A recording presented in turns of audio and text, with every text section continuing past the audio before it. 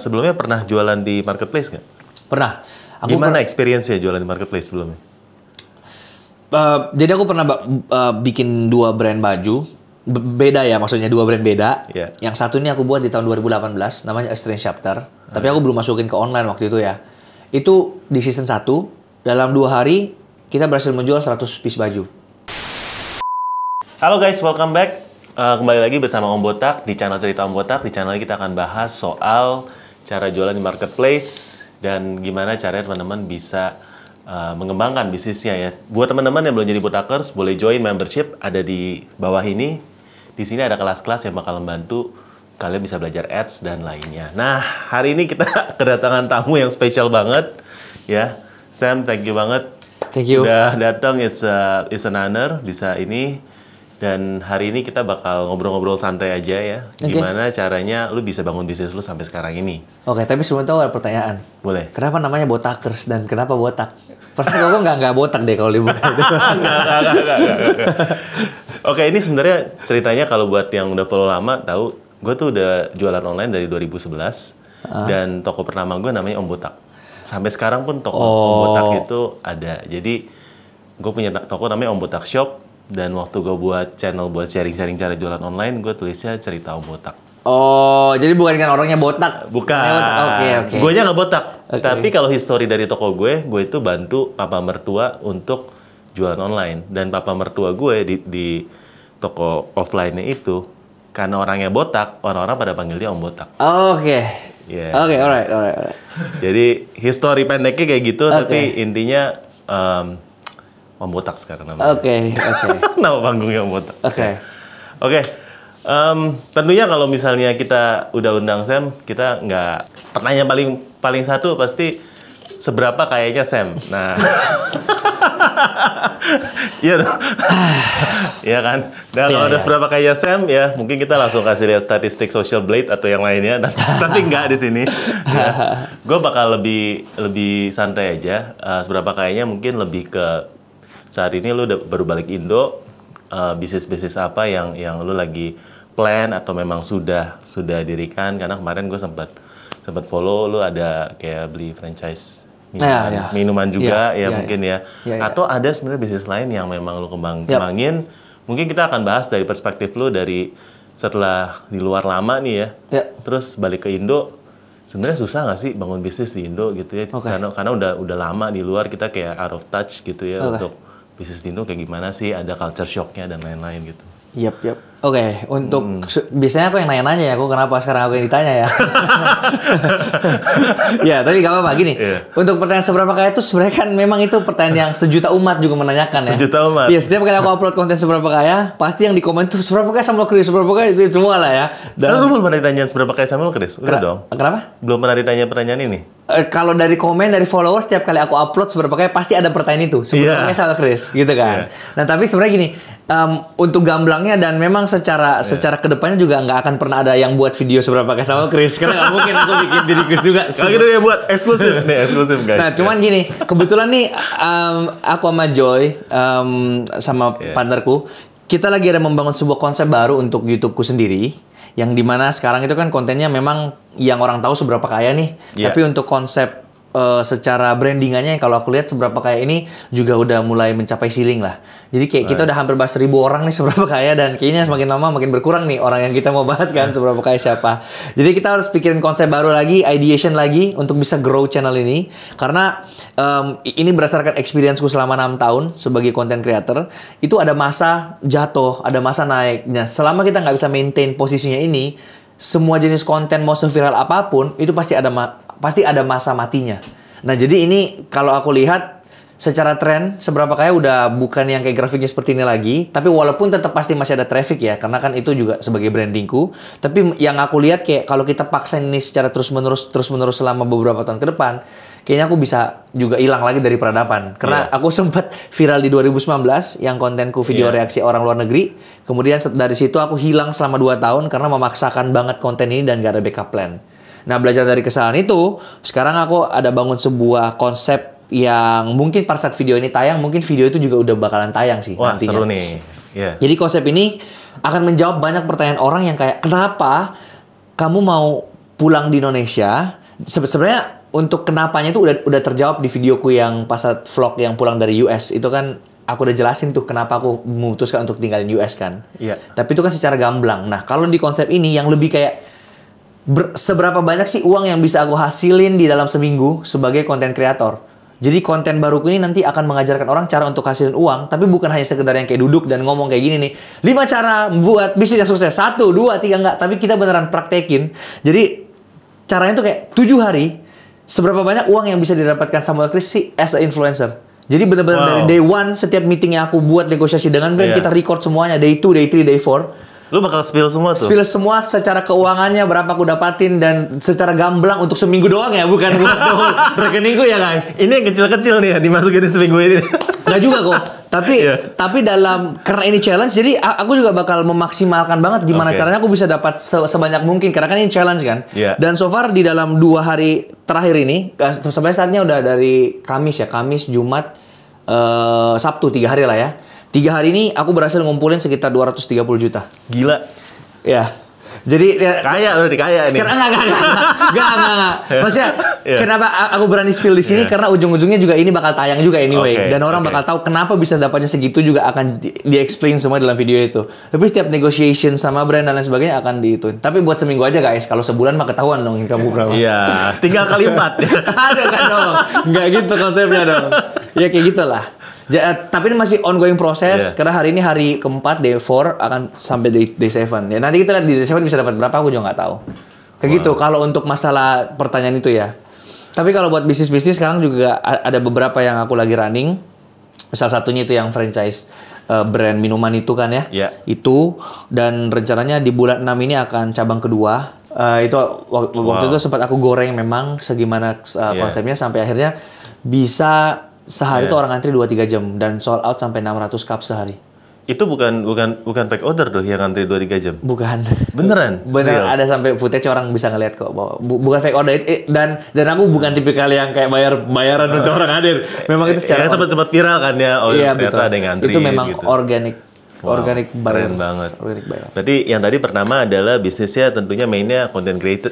Untuk sekarang masih itu, betul. Content creator tadi yang kedua franchise minuman. Ya, dan karena ownernya udah melihat bahwa ini tuh maksudnya dari semua cabang si brand ini, cabang paling ramai sepanjang brand itu berdiri itu hanya ada di cabangku di Makassar.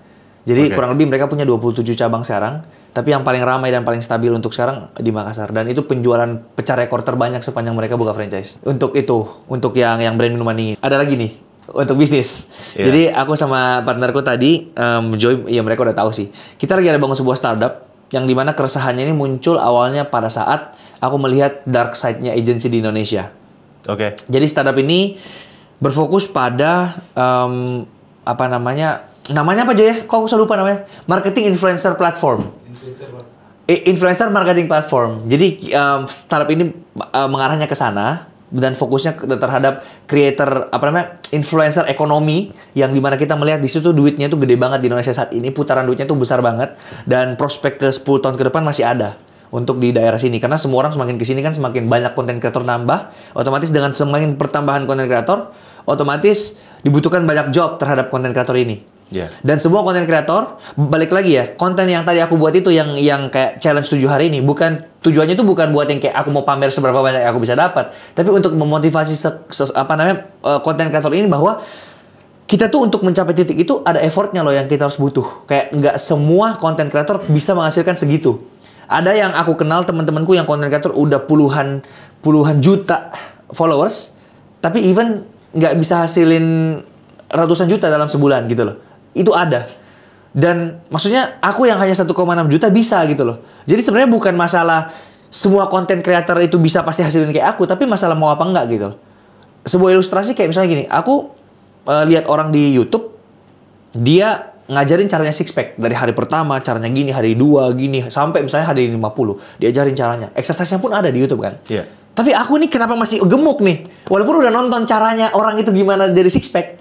Nah itu kan artinya bukan berarti semua yang nonton videoku nanti itu bakalan tahu, oh saya ini cara hasilnya kayak gitu dan bisa langsung ikutin aku kan, exactly kan. Tapi mau apa enggak gitu loh. Dan bahkan aku bisa garanti yang nonton videoku nanti itu 90% nggak akan make money kayak aku juga kok. Jadi ditonton ya hanya karena memang ditonton doang. Tapi maunya atau enggaknya tuh banyak yang memilih enggak karena susah. Untuk mencapai itu tuh kayak contoh, salah satunya aja kayak kita setiap hari reach out sampai 200 brand. Apakah dia berani reach out 200 brand dalam sehari?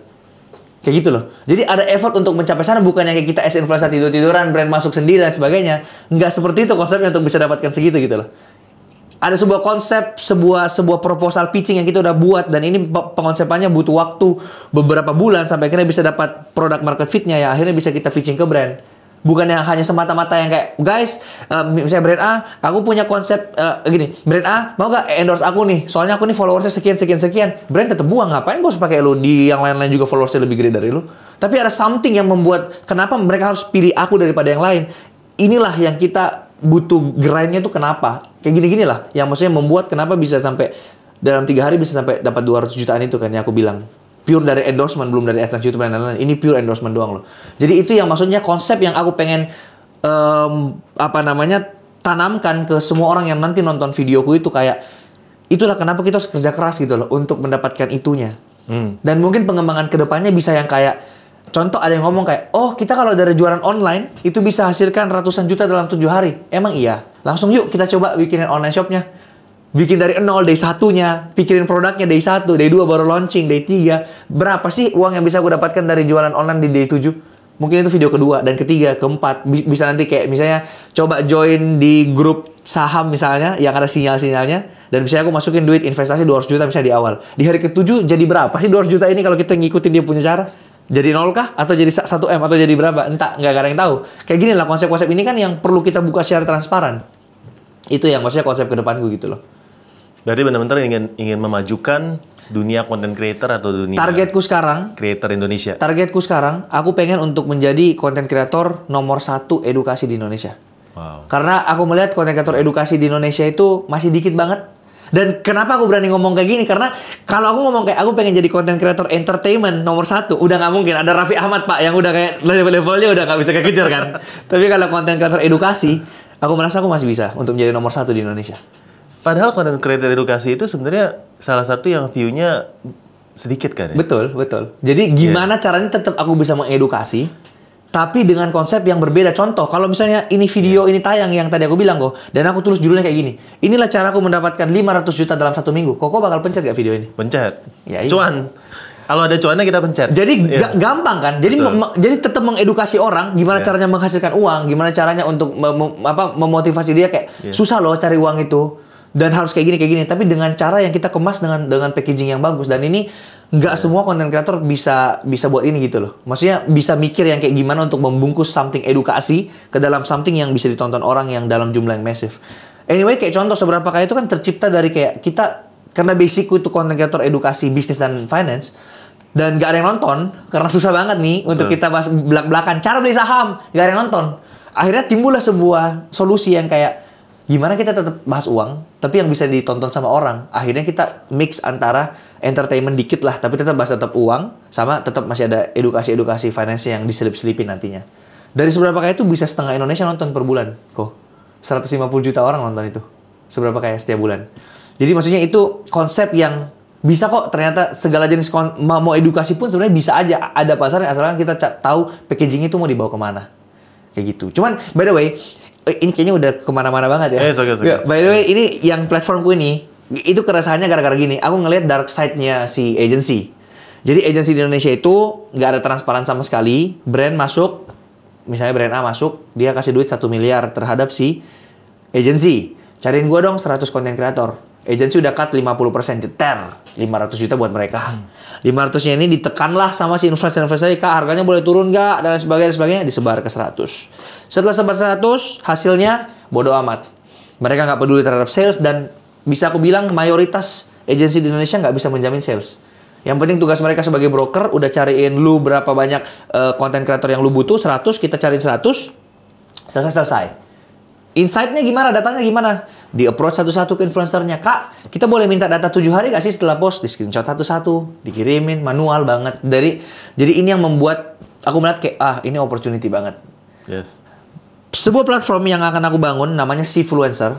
Ini belum aku sama sekali sebut di mana-mana sih, dan belum aku juga mention di story, belum ada sama sekali mana-mana intinya. Karena di kepala aku kayak percuma juga followersku tahu kalau aku bangun si influencer ini, targetnya bukan mereka kok. Targetnya adalah ya influencer dan brand. Jadi kalau misalnya followersku pun nggak tahu ini, akan tetap bisa jalan, bisa unicorn, bisa juga. Karena kita mainnya di belakang, reach out ke brand satu-satu, reach out ke influencer satu-satu, jalankan campaign-nya, ceter jalan. Dan kalau ada misalnya campaign brand yang dipromosikan sama si brand A, kan si influencer nggak mungkin sebut. Ini campaign-nya kita dapat dari si influencer ya, kan nggak kayak gitu. Jadi sistem marketing kita, proof the result, ada hasil, nanti dari brand A ngomong ke brand B, ih bagus nih, kita pakai si influencer, sales kita naik nih 30% dalam 1 bulan ini. Nah, brand A ke brand B ke brand C. Jadi tanpa followersku pun tahu dan tanpa mereka tahu apa yang aku lakuin, tetap jalan kok bisnis ini gitu loh. Makanya nggak pernah mau sampai sharing ke luar nih tentang ini kan. Nah cuman sistem kita lebih ke startup game. Jadi kita benar-benar memaksimalkan yang namanya teknologi di kita ini. Jadi bukan berarti yang kayak misalnya agency kan semuanya manual nih. Cari misalnya gini nih. Talent datang. Bukan talent, brand datang, reach out ke mereka, ya kan? Terus si orangnya ini cari satu persatu nih, si talentnya, influencer cari satu persatu. Terus mulai dihubungkan gitu kan. Kalau kita tuh sistemnya website, brand datang ke website kita, masukin budget, let's say dia bilang kayak 100 juta. 100 juta masukin, difilter pilihannya mau cewek cowok, mau umur berapa, lokasinya di mana, kategorinya apa, fashion apa, pencet, submit. Begitu submit, keluar nih 100 top list kita. Nomor 1 Samuel Chris, followers berapa? Lengkap. Transparan banget ya. Harganya berapa? Kemudian engagement rate-nya berapa? Kalau dipencet kontennya kayak apa? Gitu kan. Kemudian nomor 2, nomor 3, nah si brand tinggal milih. Kayaknya aku mau ini, pencet, submit. Pas submit, total price. Dibawakan total price, mereka kirim ke rekening kita. Begitu kita dapat duitnya, langsung ada satu orang yang reach out. Nah, satu orang ini tugasnya apa? Dia yang nanti akan membantu brand untuk konsultasi juga. Jadi brand itu nggak akan datang membawa dia punya konsep doang dan dilepas kayak gitu kita cari sesuai ini. Enggak, tapi kita benar-benar manage yang kayak konsultasi dulu, ya kan? Kayak misalnya ini gimana ya kalau misalnya kayak gini. Oh, karena based on my experience juga yang selama 6 tahun ini udah tau lah gimana caranya untuk bikin konten yang viral, gimana cara untuk membuat video itu meledak kayak gitu-gitu. Itu yang nanti akan aku turunkan dan ini akan konsultasi dengan brand. Nah, setelah itu baru kita reach out ke satu-satu influencernya ini. Influencernya ini pun untuk sekarang masih by invitation. Jadi nggak bisa orang melamar karena kita sangat mengutamakan kualitas. Jadi benar-benar kita bahkan sebelum mulai campaign ini kita sama brand benar-benar ngomong target salesnya dalam bulan ini berapa, yang normalnya berapa. Kalau kita nggak bisa capai ini, bakal kita refund. Sebagai contoh kayak gitu. Dan itu di Indonesia belum ada satupun agensi yang bisa melakukan sistem ini gitu loh. Dan untuk masalah pricing, agensi, misalnya harga influencer A 10 juta, dinaikin sama si agensi jadi 30 juta. Kalau di kita, harga influencer A 10 juta, kita lempar ke brand tetap 10 juta. Jadi brand nggak bisa main belakang sama influencer ini, karena gak ada gunanya juga. Dia main belakang dari kita, malah rugi. Kenapa? Karena harganya kita sama harganya main di belakang langsung direct, itu sama kok. Justru karena kalian pakai kita, dibantu managing konsepnya, dibantu tracking datanya, dan tracking datanya kita ini ada di dashboard yang lengkap dengan real time-nya. Jadi begitu di-upload sama si A, langsung lengkap. Dia tinggal refresh, ganti lagi angkanya, refresh, ganti lagi. Dan kita bisa ada yang kayak sistem seminggu, paling banyak siapa nih dari A, B, C, si influencer A, B, C, influencer mana yang paling tinggi salesnya, bisa di-wrap up gimana-gimana. Jadi mereka tahu nih, repeat ordernya next-nya mau ke siapa, campaign-nya sukses atau enggak. Itu semua datanya di kita itu terstruktur seperti itu udah. Wow. Nah, untuk caranya kita making money gimana dari sini, mungkin kita akan negosiasi dengan si influencernya. Kayak misalnya boleh nggak kita ambil sekian persen, tapi kita bakal garanti kamu minimal per bulan 5 brand. Itu kan sama-sama menguntungkan ya. Win-win ya. Daripada dia mau maksa di harga dia dan dia belum tentu dapat satu pun dalam setiap bulan, mendingan ikut kita. Karena fee ini, anggapannya kita cut ini, kita bantu cari ke brand juga. Maksudnya bantu cari brandnya dan buat biaya operasional kita gitu loh. Menarik banget sih, soalnya sekarang masih manual banget ya. Betul. Semuanya masih serba manual, agensi masih kayak pakai WhatsApp dan Betul. segala macam. Belum ada satu platform yang benar-benar Betul. Bisa dipakai lah untuk creator ini ya. Creator ekonomi ini. Ya. Tapi kalau menurut Zam ini, setahun 2 tahun ke depan, ini apalagi kalau di TikTok kita lihat ya, ini masih bakalan makin booming atau gimana? Iya, kalau dari aku tetap nggak bisa. Sosial media akan sampai selamanya sih. Kalaupun ada yang mati, akan muncul sosial media baru. Sosial media udah menjadi tren dan akan menurutku at least di dalam 20 tahun ke depan orang masih akan tetap bersosialize. Karena semakin era kesini kan orang mau yang praktis. Orang yang mau yang digital. Kayak dulu kita 30 tahun yang lalu lah ya, sebelum ada online shop. Orang tuh masih berpikir kalau mau beli sabun, beli apa itu harus ke supermarket dulu dan sebagainya. Walaupun di Indonesia mayoritas orang masih melakukan itu. Tapi di US apa-apa orang udah Amazon, udah malas banget. Sehari langsung nyampe depan pintu, Orang bahkan mau apa namanya meal, mau buat diet, prep meal itu bahkan semua di US sudah online. Dan patokan kita kan pasti di US ya. Karena Indonesia ini kayak ketertinggalan 10 tahun belakang daripada US. Jadi kalau US sudah melakukan itu, otomatis ini pasti akan ke sana gitu loh. Nah, ini menarik banget. Tadi kan bahas soal marketplace yang di US deh. Iya. Yang paling besar Amazon atau eBay ya di sana. Iya, betul. Nah, kalau dibandingin kemudahan di sana, kalau dibanding di sini, sebenarnya apa yang bisa kita pelajari? Karena tadi kan dibilang kalau kita mau lihat future-nya harusnya sama US, seperti di US ya. Kira-kira kalau dilihat dari sana, takeaways-nya apa yang online shop di sini harus pelajarin gitu?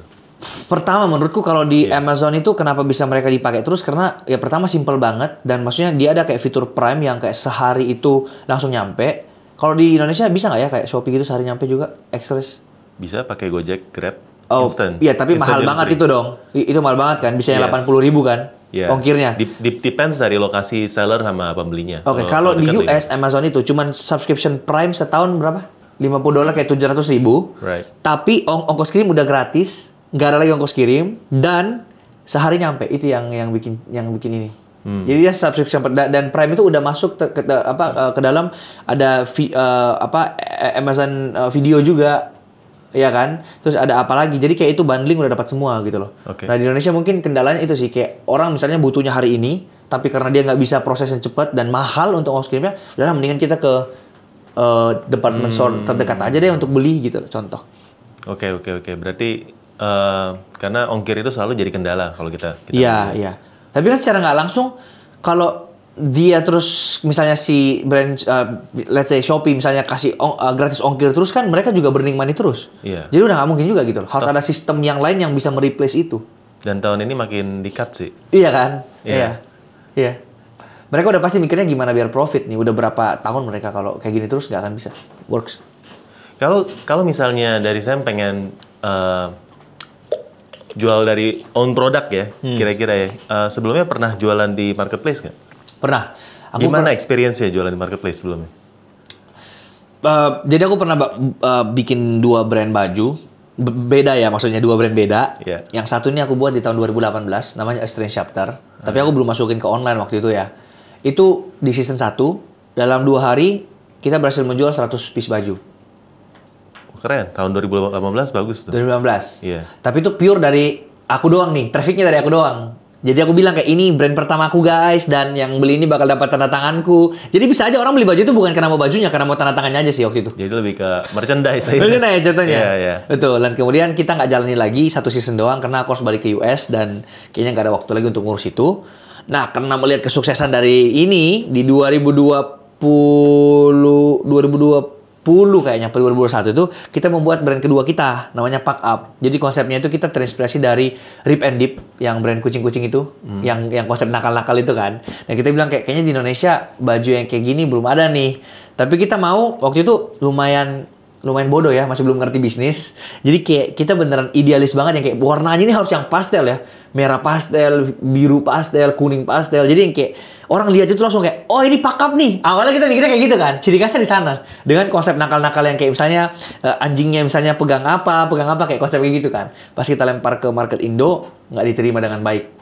Karena tetap orang lebih suka baju yang hitam, orang lebih suka warna putih. Yeah. Jadi kita maksain idealisme seperti itu nggak masuk gitu loh. Dan waktu itu kesalahannya kita udah buat sampai 100 sampai 200 baju yang kita udah rilis, dan ternyata nggak habis stoknya kayak gitu sih. Nah, experience-nya untuk ke marketplace sempat sih kita taruh di marketplace, dan kayaknya cara orang untuk beli memang harus lewat Shopee waktu itu. Jadi promonya lemparnya ke sana. Tapi ya kembali lagi sih, nggak ada impact yang sampai membuat aku pengen untuk terjun ke bisnis fashion lagi. Apalagi kalau kita lihat trennya sekarang, menurutku pribadi, fashion sekarang lagi masuk ke slow fashion ya. Jadi orang yang penting punya 1 baju, 2 baju polos-polos kayak gini, bakal dipakai berulang. Bukan yang kayak tren di 2019 sampai 2020 yang dimana itu kan high beast banget. Yang orang pakai Supreme, Babe, Off-White. Di zaman itu kan kayak gitu waktu itu. Kalau sekarang Supreme kayaknya udah habis trennya. Jadi menurutku untuk fashion, kalau aku sekarang disuruh terjun ke fashion, kayaknya belum dulu deh, belum saatnya kalau buat aku ya. Ya aku lihat itu.